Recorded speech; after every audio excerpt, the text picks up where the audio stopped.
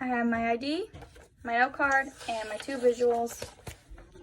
Here's my audience. Okay.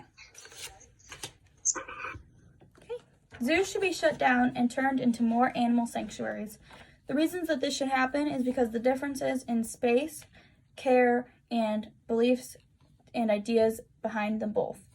According to Why Animals Do the Thing, zoos are defined as a business that maintains a stationary collection of exotic animals for primary purpose of publicly displaying them, and sanctuaries are a nonprofit business that maintains a stationary collection of rescue animals for the primary purpose of providing them a permanent home. Zoos have a couple benefits to them. They are a good place for people to get their first experiences with zoos and other wildlife animals.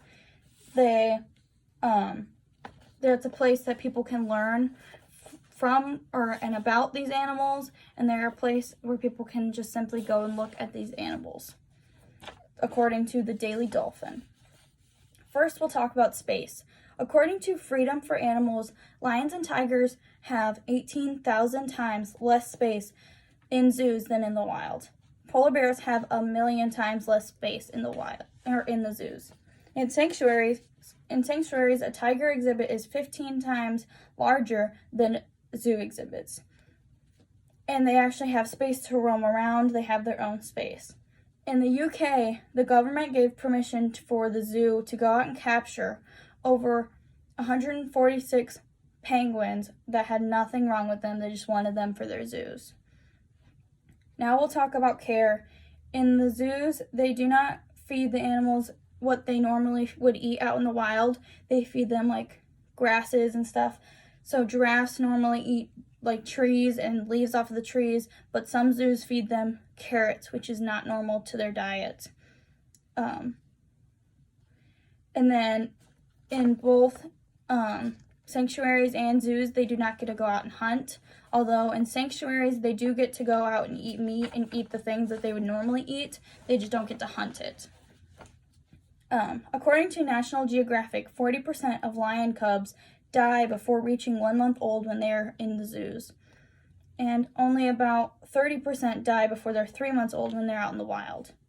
Now let's talk about beliefs. Zoos breed, buy, sell, trade, or have animals captured from the wild to have them in their zoos. While sanctuaries do not breed, they do not sell, and they do not buy animals. Instead, they have animals brought to them that are hurt, and they go out and find the animals that are hurt or have something wrong with them where they cannot survive out in the wild.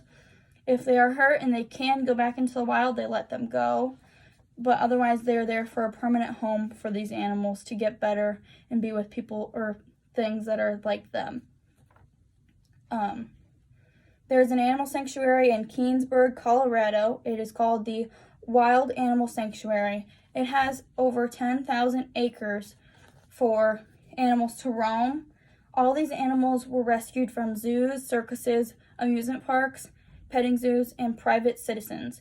Their goal is to rescue animals and inform people about captive wildlife crisis.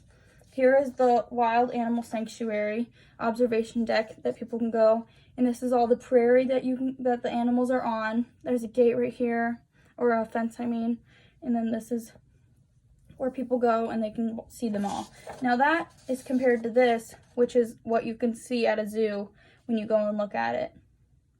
That is completely different. The space, the size, everything. These are reasons that I believe animal sanctuaries should completely take over zoos, and they should just be all animal sanctuaries, all free.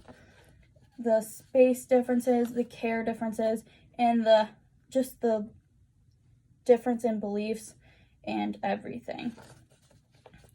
Thank you.